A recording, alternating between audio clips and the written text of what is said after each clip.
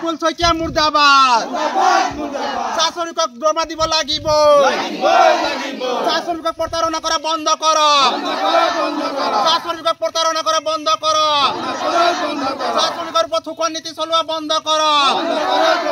চাহ শ্ৰমিকক ঠগ প্ৰবঞ্চনা কৰা বন্ধ কৰক চাহ শ্ৰমিকক দৰমহা যি খাই মেলি ঘুচ কৰা নিপুল শইকীয়া হাই ইনকলাব জিন্দাবাদ দুটাকৈ দৰমহা মুকলি কৰি দিব লাগিব চাহ শ্ৰমিকক দুটাকৈ দৰমহা মুকলি কৰি দিব লাগিব চাহ শ্ৰমিকক দুটাকৈ দৰমহা মুকলি কৰি দিব লাগিব নিপুল শইকীয়া মুৰ্দাবাদ ৰাখি শইকীয়া মুৰ্দাবাদ অসম চৰকাৰ হাই ৰূপেশ গোৱালা হাই রূপেশ গোয়ালার কাম নাই রূপেশ গোয়ালা গো ব্যাক বিজেপি সরকার হাই বিজেপি সরকার হাই শাসনগুলো ঠগি খোয়া বিজেপি সরকার হাই শাসনগুলো ঠগি খোয়া নিপুল শইকীয়া হাই ইনকলাব জিন্দাবাদ আমার দাবি মানি লব লাগিব আমার দরমহা দিব লাগিব আমার প্রাপ্য দিব লাগিব শ্রমিক জাগিছে ইনকলাব জিন্দাবাদ চাহ বাগিচা ধ্বংস করা বন্ধ কর চাহ বাগিচা ধ্বংস করা বন্ধ কর চাহ শ্রমিকক শোষণ নীতি চলোৱা বন্ধ কৰ চলিছে সংগ্ৰাম চলিছে আমাৰ দুটাকৈ দৰমহা দিব লাগিব Labor department high. Labor department high. Ram Mantri kam nai. Mukha Mantri Husiar. Nipul Shaikia Rakhi Shaikia go back. Kali dormha dibo lagiboi. Kali dormha dibo lagiboi. Kali dutakoi dormha dibo lagiboi. Kali dutakoi dormha dibo lagiboi. অহাকালি দুটা দৰমহা দিব লাগিবই অহাকালি দুটা দৰমহা দিব লাগিবই নিপুল শইকীয়া হুঁচিয়াৰ নিপুল শইকীয়া হুঁচিয়াৰ বিশ্বজিৎ ফুকনৰ কাম নাই বিশ্বজিৎ ফুকন গো বেক বিশ্বজিৎ ফুকন কাম নাই চাহ শ্ৰমিকক দেখিব নোৱাৰা বিশ্বজিৎ ফুকন হাই চাহ শ্ৰমিকৰ ওপৰত অত্যাচাৰ চলোৱা বিশ্বজিৎ ফুকন হাই চাহ শ্ৰমিকৰ ওপৰত শোষণ নীতি চলোৱা বিশ্বজিৎ ফুকন হাই বৰপেটা সমষ্টি বিশ্বজিৎ ফুকন হাই এই সংগ্ৰাম চলিছে ঠগ প্ৰবঞ্চনা কৰা বন্ধ কৰ আদিবাসী জনগোষ্ঠীৰ ওপৰত ঠগ প্ৰবঞ্চনা কৰা বন্ধ কৰ আদিবাসী জনগোষ্ঠীৰ ওপৰত ঠগ প্ৰবঞ্চনা কৰা বন্ধ কৰ নিপুল শইকীয়া হাই ৰাখি শইকীয়া হাই বিশ্বজিৎ ফুকন কাম নাই বিজেপি চৰকাৰ গো বেক আমাৰ দাবী মানি লব লাগিব আমাৰ দুটাকৈ দৰমহা দিব লাগিব চাহ বিস্তাৱক দৰমহা দিব লাগিব উপকৰ্মচাৰীক দৰমহা দিব লাগিব চাহ শ্ৰমিকক দৰমহা দিব লাগিব জ্বলিছে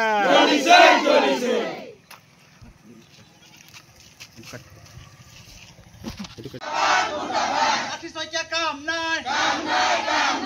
নিপুল শইকীয়া মুৰ্দাবাদ আমাৰ দাবী মানি লব লাগিবই আমাৰ দৰমহা দিব লাগিবই এই জ্বলিছে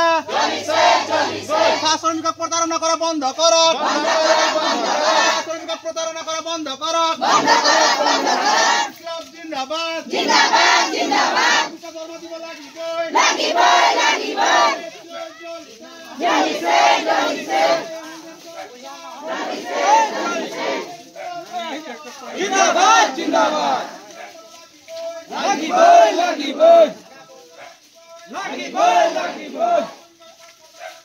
কথাটো হল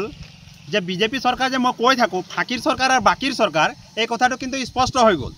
আৰু বিজেপি চৰকাৰ অহাৰ পৰাই আমি দেখিবলৈ পাইছোঁ যে অসমত আচলতে লাহে লাহে বাগানবিলাক বিক্ৰী হৈ মেলি পেলাই গৈ আছে এতিয়া আপোনালোকক আমি ক'ব নালাগে আপোনালোকে সকলোৱে অৱগত আৰু আপোনালোকৰ চেনেলবিলাকতে নিউজ বাজি আছে আপোনালোকে জানে যে সৰুপথাৰ সমষ্টিত যি নেকি পাভজান চাহ বাগিচা আছে, এই পাভজান চাহ বাগিচাত আচলতে আমি দেখিবলৈ পাইছোঁ যে বিশ্বজিৎ ফুকন সৰুপথাৰ সমষ্টিৰ বিধায়ক, তেখেত আচলতে ভোট বিচাৰি আচলতে ভিক্ষা মাগি মেলি পেলাই আহিছিলে আদিবাসী জনগোষ্ঠীৰ ওচৰত। আৰু যি ভিক্ষা মাগিছিলে সেই ভিক্ষাটো আচলতে তেওঁলোকক দি দিয়া হ'ল, অৰ্থাৎ তেওঁলোকক ভোট দিয়া হ'ল। আৰু ভোট দি মেলি পেলাই আচলতে বিপুল ভোটত জয়ী কৰোৱা হ'ল। আৰু বিপুল ভোটত জয়ী কৰাই তাৰ পৰিণামটো আচলতে দেখিবলৈ পোৱা গৈছে এনেকুৱা ধৰণৰ মানে এইটোৱে যে অহাকালিলৈকে আচলতে 3টা দৰমহা হ'ব। এতিয়ালৈকে কিন্তু পাভজান চাহ বাগিচাৰ চাহ শ্ৰমিকৰ পেটত আমি দেখিবলৈ পাইছোঁ যে স্বত্বাধিকাৰ নিপুল শইকীয়া আৰু ৰাখী শইকীয়া কিন্তু এতিয়ালৈকে কিন্তু 3টা দৰমহা দিবলৈ সক্ষম হোৱা নাই। আৰু আমি বাৰম্বাৰ আলাপ আলোচনা কৰিছোঁ বিভাগীয় কৰ্তৃপক্ষৰ লগত, কিন্তু আমি তেনেকৈ আচলতে ভাল ফলাফল পোৱা নাই আমি দেখিবলৈ পাইছোঁ। আৰু ইতিমধ্যে তেওঁ স্পষ্ট কৰি দিছে, অৰ্থাৎ নিপুল শইকীয়াই কথাটো কৈ দিছে যে আচলতে সৰুপথাৰ সমষ্টিৰ পাভজান চাহ বাগিচা যিটো আছে, এই পাভজান চাহ বাগিচাটো সৰুপথাৰ সমষ্টিৰ বিধায়ক আচলতে বিশ্বজিৎ ফুকনক দি দিয়া হ'ব। আৰু বিশ্বজিৎ ফুকনে বাবা ৰামদেৱৰ লগত লগ হৈ মেলি পেলাই ইয়াত আছে পাম অইল খেতি কৰিবৰ কাৰণে আচলতে তেওঁলোকে এই ষড়যন্ত্ৰ ৰচনা কৰিছে, এই কথাটো কিন্তু স্পষ্ট হৈ গৈছে। কাৰণ আজি আমি 3 দিনৰ আগত যেতিয়া নেকি গোলাঘাট জিলাৰ আমাৰ সহকাৰী শ্ৰম আয়ুক্তৰ লগত আমি আলাপ আলোচনাত বহিছিলোঁ, তেতিয়াই কিন্তু নিপুল শইকীয়াই এই কথাটো স্পষ্ট কৰিলে যে ইয়াত আমি কিন্তু পাম অইল খেতিয়ে কৰিম বুলি মেলি পেলাই কৈছে। এইটো কেনেকুৱা ধৰণৰ কথা? সমগ্ৰ আচলতে অসমত যি আমাৰ 1000তকৈও অধিক চাহ বাগিচা আছে, সকলো ৰাইজসকল জাগ্ৰত হওক, সকলোৱে বিজেপি চৰকাৰৰ বিৰুদ্ধে ওলাই আহক। আৰু বিজেপি চৰকাৰে কেনেকৈ লুণ্ঠন চলাইছে, কেনেকৈ আচলতে দগাবাজ চৰকাৰ, কেনেকৈ ঠগ প্ৰবঞ্চনা কৰিছে, আমাৰ ল'ৰা ছোৱালীৰ ওপৰত, আমাৰ শ্ৰমিকৰ ওপৰত আচলতে কেনেকৈ পেটত গুৰ মাৰিছে, সকলোৱে কিন্তু শিক্ষা লোৱা উচিত। আৰু এই চৰকাৰে যে আমাৰ আদিবাসী জনগোষ্ঠীৰ কাৰণে একো কৰিব নোৱাৰে, ইতিমধ্যে কথাটো স্পষ্ট হৈ গৈছে। এটা কথা আপোনালোকে জানে যে 2টাকৈ দৰমহা বা 3টাকৈ দৰমহা যেতিয়া নেকি বন্ধ কৰি দিয়া হয়, চাহ শ্ৰমিকসকলে আচলতে কেনেকৈ চলিছে, কিমান কষ্টৰ মাজত চলিছে, ভোকে লঘোণে চলিছে, এই কথাটো কিন্তু বাগানত থকা লোকসকলে আচলতে গম পায়। আৰু লগতে এটা কথা মই এই কথাটো ক'ব বিচাৰিছোঁ যে বিশ্বজিৎ ফুকন ডাঙৰীয়া, আপোনাৰ যদি হতাহক আছে, আপোনাকে আমি 250 টকা দিম, আৰু আপুনিয়ে আহক 250 টকা লওক, আৰু আমাৰ লাইন কোৱাৰ্টাৰত থাকক, আৰু আমাৰ লেট্ৰিনত, আমাৰ বাথৰুমত আপোনালোকে গা ধুৱক, আৰু আমাৰ লেট্ৰিনত আপোনালোকে শৌচ কৰক, আৰু আমাৰ ঘৰত থাকি মেলি পেলাই আচলতে আপুনি দেখুৱাওক। তেতিয়াই গম পাম যে আপুনি চাহ বাগিচাৰ আচলতে প্ৰকৃত এজন মানে দৰদী আচলতে বিধায়ক বুলি মেলি পেলাই আমি গম পাম। কিন্তু আপুনি যে প্ৰকৃত দৰদী বিধায়ক নহয়, এই কথাটো স্পষ্ট হৈ গৈছে। এই কাৰণে স্পষ্ট হৈ গৈছে, পাভজানত আপুনি এবুমুকি মাৰিবলৈ কোনো নাহিলে, আপুনি আহে, তেওঁলোকক সেইটো আচলতে অন্তিম সভা বুলি কয়, অন্তিম সভাত তেওঁলোকে আহে। এইটোৱে আচলতে বিজেপি চৰকাৰৰ প্ৰকৃত স্বৰূপ। ভাৰতৰ প্ৰধানমন্ত্ৰী নৰেন্দ্ৰ মোদী ডাঙৰীয়া, আপুনিতো কৈছিলে যে মই বোলে ৰেলগাড়ী ডবাই চাহ বিক্ৰী কৰিছিলোঁ, চাহপাতৰ মূল্যৰ কথা মই জানো, চাহপাতৰ আচলতে কিমান মূল্য আছে, আদিবাসী লোকৰ কথা মই জানো বুলি মেলি পেলাই কৈছিলে। কিন্তু এতিয়া আমি দেখিবলৈ পাইছোঁ আদিবাসীক গুৰ মৰা প্ৰধানমন্ত্ৰীজনে হৈ গ'ল আপুনি, অৰ্থাৎ নৰেন্দ্ৰ মোদী ডাঙৰীয়া হৈ গ'ল আদিবাসীৰ পেটত গুৰ মৰা মানুহ। আপোনাক আমি 100 দিনৰ সময় বিচাৰিছিলোঁ, আপুনি 100 দিনৰ সময় ল'লে। 100 দিনৰ সময় লৈ পেলাই আচলতে এইবিলাক যি দেখিছে মহিলাসকল, যিসকল যুৱক, যিসকল কাম কৰা লোক আছে, এইবিলাকৰ পেটত আচলতে এনেকৈ আপোনালোকে গুৰ মাৰিছে। আপোনালোকে ভিক্ষাৰী হয়, আপোনালোকে কংগাল হয়, আপোনালোকে ঠগ প্ৰবঞ্চনা কৰা মানুহ হয়, আপোনালোকক আমি ধিক্কাৰ জনাইছোঁ। এটা কথা আপোনালোকে জানে যে আগত যেতিয়া নেকি আমি বজাৰত গৈছিলোঁ, বজাৰত যাওঁতে আমি আচলতে পকেটত পইচা লৈ মেলি পেলাই গৈছিলোঁ, আৰু মোনা লৈ গৈছিলোঁ 20 টকীয়া, আৰু 20 টকীয়া মোনা ভৰ্তি হৈ মেলি পেলাই আহে। এতিয়া কিন্তু 20 টকীয়া মোনাত আমি পইচা ভৰাই লৈ যাব লাগিব, আৰু পকেটত আমি এতিয়া কিন্তু চাউল, দাইল, আলু, পিঁয়াজ সোমাই আনিব লাগিব। এইখন চৰকাৰে এনেকুৱা কৰিছে। এফালে দেখিছোঁ যে আমি মূল্য বৃদ্ধি কৰিছে, আৰু এফালে আমি দেখিছোঁ যে বাগিচাৰ আচলতে শ্ৰমিকসকলৰ যি নেকি আচলতে কাম কৰা প্ৰাপ্য আজি 2-3 মাহৰ দৰমহা কিন্তু দিব পৰা নাই। ইয়াতকৈ দুখৰ বিষয় হ'ব নোৱাৰে। গতিকে আমি ধিক্কাৰ জনাইছোঁ সৰুপথাৰ সমষ্টিৰ বিধায়ক বিশ্বজিৎ ফুকন ডাঙৰীয়া, আপুনি আচলতে ৰিজাইন দি দিয়ক, আপুনি আচলতে বিধায়কৰ উপযুক্ত নহয়। অসমৰ মাননীয় মুখ্যমন্ত্ৰী ডাঙৰীয়া, আপোনাকো কৈছোঁ, এই ৰূপেশ গোৱালাক যিটো নেকি আপুনি পুহি ৰাখিছে নহয়, এই ৰূপেশ গোৱালাক কিন্তু আপুনি আউট কৰক। লাগিলে আমাৰ জাতিৰ মানুহক আপুনি এই শ্ৰম মন্ত্ৰীটো নিদি মেলি পেলাই লাগিলে বেলেগক দিয়ক, ভালধৰণে চলাব, কিন্তু তেখেতৰ নিচিনা এজন নিষ্ক্ৰিয় আৰু তেখেতে নিজাকৈ বেছি জনা বুলি মেলি পেলাই যিটো দেখুৱাই, আচলতে তাক আমি ধিক্কাৰ জনাইছোঁ। সদনত মাত মাতিব নোৱাৰা আৰু মই কৈছোঁ নহয় কুম্ভকৰ্ণ নিন্দ্ৰাত থকা মন্ত্ৰী এইবিলাক কিন্তু কাম নাইকিয়া জাতিটোৰ নামত যিসকলে আমি আচলতে ভোট দি মেলি পেলাই মন্ত্ৰী MLA বিলাকক আচলতে পঠিয়ালোঁ যেনেকৈ ৰূপেশ গোৱালাক পঠিয়ালোঁ যেনেকৈ ৰাজদীপ গোৱালাক পঠিয়ালোঁ যেনেকৈ ৰূপজ্যোতি কৰ্মীক পঠিয়ালোঁ যেনেকৈ তেৰজ গোৱালাক পঠিওৱা হ'ল যেনেকৈ আচলতে কামাখ্যা তাছাক আচলতে পঠোৱা হ'ল আৰু অন্যান্যবিলাকক যেনেকৈ পঠোৱা হ'ল তেওঁলোকে কিন্তু কাম কৰিবলৈ আচলতে তেওঁলোকে পৰা নাই তেওঁলোকে সক্ষম নহয় তেওঁলোকক অপৰাংগ তেওঁলোক হৈ গ'ল লোলা লেংৰা কণা এইবিলাকে আচলতে তেওঁলোকক ক'ব লাগিব তেওঁলোকে হৈ গ'ল আচলতে তেনেকুৱা ধৰণৰ মানুহে হয় তেওঁলোকৰ দ্বাৰাই কিন্তু কাম নহ'ব আৰু তেওঁলোকক আমি কিন্তু ধিক্কাৰ জনাইছোঁ এইবাৰৰ পৰা কিন্তু বাগিচাই কিন্তু এই কথাটো স্পষ্ট হৈ গৈছে বিজেপি চৰকাৰ উৎখাত আমি একদম পুৰা স্পষ্ট কৰি দিছোঁ হয়নে নহয় ৰাইজ এইবাৰ কিন্তু আমি বিজেপি চৰকাৰক ইয়াৰ পৰা কিন্তু আমি উৎখাত কৰি মেলি পেলাই পঠিয়াইছোঁ আৰু হয়নে নহয় গতিকে এই কথাটো আমি স্পষ্ট কৰি দিছোঁ লগতে এই কথাটো কৈছোঁ অহাকালিৰ ভিতৰত যদি আমাক দৰমহা নিদিয়ে বাগিচাৰ লোকবিলাকক যদি দৰমহা নিদিয়ে তেন্তে কিন্তু দেখিব যে পৰহি দিনাখন কিন্তু আমি গৈ মেলি পেলাই DC অফিচ ঘেৰাও কৰিবলৈ বাধ্য কৰিম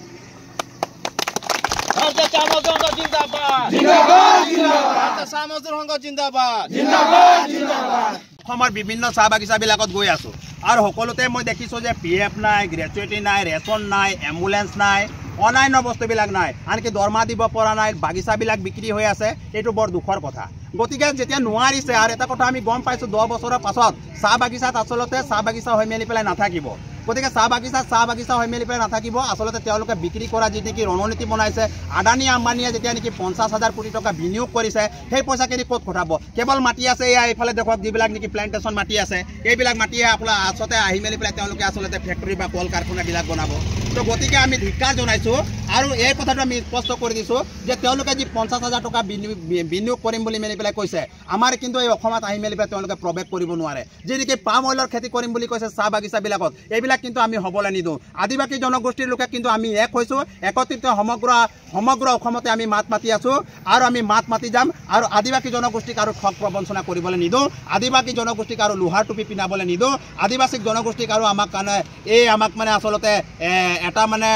ডাষ্টবিনৰ দৰে ব্যৱহাৰ কৰিবলৈ আমি নিদিওঁ এই কথাটো কিন্তু স্পষ্ট কৰি দিছোঁ আৰু সমগ্ৰ অসমত যিমানে আমাৰ আদিবাসী জনগোষ্ঠীৰ লোক আছে যিমানে চাহ বাগিচাৰ লোক আছে সকলোৱে দলে বলে ৰাজপথলৈ ওলাই আহক আৰু এইখন চৰকাৰক আচলতে উচ্ছেদ কৰাত লাগি যাওক নহ'লে 10 বছৰৰ পাছত কিন্তু আমি পস্তাব লাগিব 10 বছৰৰ পাছত আমাৰ ল'ৰা ছোৱালী হৈ নাথাকিব আৰু আদিবাসী জনগোষ্ঠীৰ নামত যি জনগোষ্ঠী অৰ্থাৎ যি মূল বাসিন্দা অসমৰ আমি যে আছিলোঁ এই মূল বাসিন্দা নহয় বুলি মেলি পেলাই এই পৰিচয়টো ওলাই পৰিব গতিকে এতিয়াই সজাগ হোৱা উচিত সময় আছে গতিকে তেওঁলোকক আমি ৰাজনৈতিকভাৱে আচলতে তেওঁলোকক আমি দেখিবলৈ ৰাজনৈতিকভাৱে তেওঁলোকক কিন্তু আমি ডমিনেট কৰিব লাগিব তেতিয়াহে কিন্তু জাতিটোৰ উন্নতি হ'ব নহ'লে কেতিয়াও কিন্তু জাতিটোৰ উন্নতি নহয় জাতিটো কিন্তু শেষ হৈ যাব হয় আজি এই বাবুজান চাহ বাগিচাৰ যি স্বত্বাধিকাৰী ৰাখী শইকীয়া নিপুল শইকীয়া তেখেতলোকে এই বাগানটো লোৱাৰ পিছত বাগানখন পৰিচালনা কৰাৰ ক্ষেত্ৰত সম্পূৰ্ণ ব্যস্ত হৈছে এতিয়া আপোনালোকে চাওক তেওঁলোকে এক নম্বৰ হ'ল বাগানটোত তেওঁলোকে এটা পৰিচালনা কৰিবলৈ এটা মেনেজাৰ লাগে অসমৰ সকলো বাগিচাত মেনেজাৰ আছে ইয়াত এটা মেনেজাৰ নাই আজি 4 বছৰমান হ'লে এটা মেনেজাৰ নাই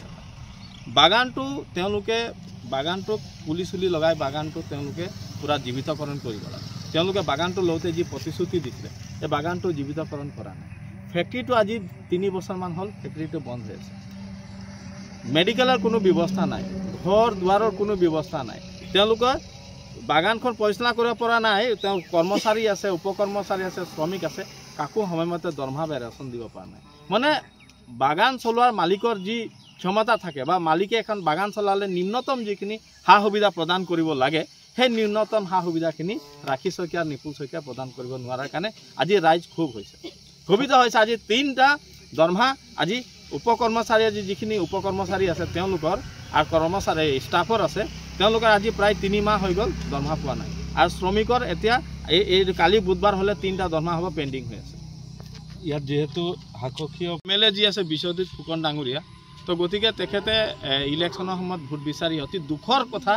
আৰু লজ্জাজনক কথা আমি ধিক্কাৰ জনাইছোঁ বিশ্বজিৎ ফুকন ডাঙৰীয়া যে তেওঁৰ সমষ্টিত এই পাভজান চাহ বাগিচাখন আছে এই পাভজান চাহ বাগিচাত আজি ইমান সমস্যা হৈ আছে কিন্তু তেখেতে এবাৰ আহি পেলাই ইয়াত খবৰ এটা নাই লোৱা এইটো অতি দুখৰ বিষয় আৰু আমি গৰিহণা দিছোঁ বিশ্বজিৎ ফুকন ডাঙৰীয়াক আৰু ইয়াৰ প্ৰতিশ্ৰুতি অকল পাভজান বাগানত যে তেওঁ আহি পেলাই যে আজি শ্ৰমিকৰ খবৰ নাই লোৱা এই নিউজটো আজি অল আসামে গম পাইছে গোটেই গোলাঘাটে গম পাইছে আৰু গোটেই অসমে গম পাইছে গতিকে আগন্তুক সময়ত বিশ্বজিৎ ফুকন ডাঙৰীয়াই এই সৰুপথাৰ সমষ্টিত যিমানকেইটা বাগান আছে গোটেই বাগানবিলাকৰ পৰা খেদা খাব আৰু শ্ৰম মন্ত্ৰী মহোদয়ক আমি ধিক্কাৰ জনাইছোঁ যিহেতু তেওঁ মজদুৰ সংঘৰ সাধাৰণ সম্পাদক হিচাপে মজদুৰ সংঘৰ মজিয়াতো শ্ৰমিকৰ হৈ কাম কৰিব পৰা নাই আৰু বিধানসভাত তেওঁ কেবিনেট মন্ত্ৰী আৰু বিধায়ক হয় বিধানসভাতো তেওঁ গৈ পেলাই চাহ বাগিচাক লৈ একো বিধান বনাব পৰা নাই আৰু চাহ শ্ৰমিকক কোনো সুৰক্ষা প্ৰদান কৰিব পৰা নাই তাক আমি ধিক্কাৰ জনাইছোঁ কেজৰিৱাল ডাঙৰীয়া আৰু আজিৰ সভাৰ সিদ্ধান্ত হ'ল যে আজি ৰাইজে যোৱা 3 দিন আগত আমি লেবাৰ কমিশনাৰ অফিচত আমি বহিছিলোঁ তেওঁলোকে প্ৰস্তাৱ দিছিলে যে 10-12 দিন সময় বিচাৰিছে আমি ক'লোঁ ঠিক আছে এই 10-12 দিন সময় আমি ৰাইজৰ লগত আলোচনা কৰিম আজি মঙ্গলবাৰ আজি আমি ৰাইজৰ লগত বহিছিলোঁ ইমানে দুখ লাগিছে ইয়াত ৰাইজে কান্দিছে তেওঁলোকে আৰু কাম মানে তেওঁলোকে কৈছে যে আমি কি খাই পেলাই কাম কৰিম তেওঁলোকে দীঘলীয়া সময়ৰ পৰা আমাক ঠগি আছে আজি দিম কালি দিম বুলি ঠগি আছে তেওঁলোকে কৈছে আমাৰ খাবলৈ নাই আমাৰ হাতত টকা পইচা নাই আমাৰ খাবলৈ কাৰণে ৰেচন কিনিম কৰবা আৰু খাম কেনেকুৱা আৰু কৰবা কিনি পেলাই খাম আৰু কেনেকুৱা কাম কৰিম কৈছে গতিকে তেওঁলোকে কৈছে যে অহাকালি বুধবাৰ দৰমহা দিন হয় যদি কালি দৰমহা বাকী থাকি যোৱা দৰমহাখিনি নিদিয়ে গোটেই ৰাইজে লেবাৰ কমিশনাৰ অফিচত নিজৰ গোটেই পৰিয়ালক লৈ পেলাই গৈ পেলাই তাতে গোলাঘাটৰ লেবাৰ কমিশনাৰ অফিচত তেওঁলোকে প্ৰতিবাদ কৰিম বুলি তেওঁলোকে ৰাইজে সিদ্ধান্ত লৈছে আজি जितना पात पालो राखी सोई का नाम नहीं लिबन जे बागान पात होय छे बोली के लेकिन हमरा 1 कुंटल पात तुला मानु लगी 1 बाजार जाय के तुली हमरा हमदर के भात छे नहीं कि एर कोन माइकी हमरा एई हाथे तुली दिबो 1 कुंटल पात एर कोन माइकी लगी लेकिन उ बोल छे जे केने नाही पर छे उतना तुल छे की दरब दी छे यहां की दरब दी छे की दरब कुछ दरब नहीं दी छे कोनो लेन देन नहीं दी छे 5 टका कुरकुरी करने अंदर छुआ पुता कांदे हमरा जानी उठा माइकी मानु जाने की करते लगे की नाही घरे गोटे माथा डे उठाई लिते लगबे मालिक दरमहा नाही दी उतना दिन होई गेलो छुआ पुता सब कादे हमरा हे गम पाई की गम पाबे मालिक एर कम मालिक खंदर के न लगे साइड कर देबे एर कम मालिक हमरा खंदर के निबो छुआ पुता के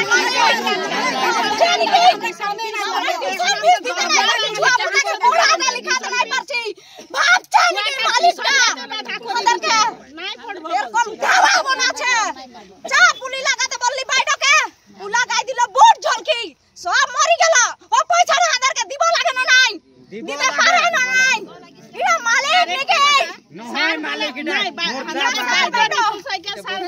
রাখি সাইকেল সার বাইডো বলে যে আমাদের বাগানটা বেয়া প্রথম যেতিয়া বাগানটা নিল 3 নম্বর বাগান 5 নম্বর বাগান বানালো কি হাইছে গাছ হলো ইমান ভাই হইছে কি আমরা জানি গাছ লাগাইছে সব গাছ লাগাই দিছে জঙ্গল থাকে যাচ্ছে বাগানটা গাছ বড়িয়া সরদার কি বাগান নাই হবে আমরা যদি বাগান লাগে বাগান হবে আমরা হবে কোন মালিক খাদেরকে দুবারা না লাগে বাগান কোনা তো আমরা মালিক আমাদের বাগানের কানে আমরা ভাইকে মালিক তো লাগে বাগানে যদি না বজায় আমরা কি কথা আমাদের জায়গা করতে নাই আমরা জায়গা কাম করা মানু লাগে আমরা যদি জায়গা আছে না থাকে তো আমরা যাব কাহা আমরা তো লেখা পড়া নাই কি अंदर के माँ बाप पिटाई से गालो जे बागाने জায়গা আছে পাতুল বলা আমরা তো জায়গা আছে কাম করতে লাগবে না अंदर যদি জায়গা আছে না থাকে তো আমরা কাহা করতে দিছে মাটি अंदर के খালি আমরা করে চলা अंदर के দরমা আমরা লাগে যেই চলা হামছে দরমা পাইছি হাসা দিয়ে আমরা বাগানটা বানাই কি লাগি বাগানে কাম করছে কাজ করি যায় এর কোনো দরব পাতি নাই এর কোন অবস্থা মে আমাদের के এই মালিকটা হি কে করলো এই মালিকটা হি কে করিছে आगे लेकिन सब दरब पाती सब दीते रहे फैसिलिटी सब दरब যদি নাই দিবে মানুষ বেমার হলে দরব নাই দিবে কোম্পানি কি কাম করবে একটা ম্যানেজার নাই একটা কেউ নাই কে ইহা বাইরে বেমার দরমা নাই দিল এখন এইটা বুধবারে দিব বলছে এখন দিছে নাই দিছে কালি আমাদেরকে লাগেই দরমা কালি আমরা মানে নাই যাব দুইটা দরমা আমাদেরকে দিতেই লাগে দুইটা দরমা কালি রেশন দিয়ে দিল একটা রেশন দিল আর ঠগে রাখে দিল কতনা দিন লে সমস্যা তোদের এটা হই আছে আমাদের এখন 1 বছর চলে আহে এরকমই 2 বছরলে বেশি হয় তো আমি 1 বছর বলছি কষ্ট মষ্ট আমরা চলে যাচ্ছে কল দরমা রেশনে বাকি আছে না বাকি পিএফ গেছটি সবটাই কমে চলে আছে গেছটি পিএফ জি মানে সব আজ একটা টুপা নাই দিছে পাতুল তেলে ব্যাগ তো দিল জেন তেন করে এক একটা টুপা নাই নতুন টুপা নাই আজি তুলতে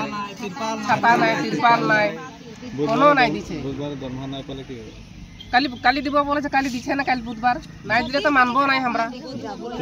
নাই মানবো। এটা মালিক আরো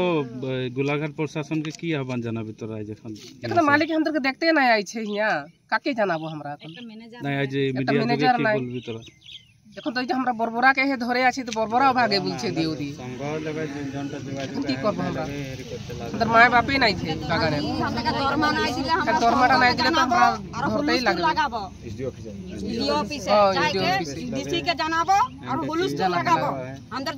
আজ এতনা বছর হয়ে গেল, আমাদের লেনদেন কোনদিন ভাল নাই দিল এই বাগানটায়। দরমা কোনদিন ভাল দিল না, রেশন ভাল দিল না, ছাতা না,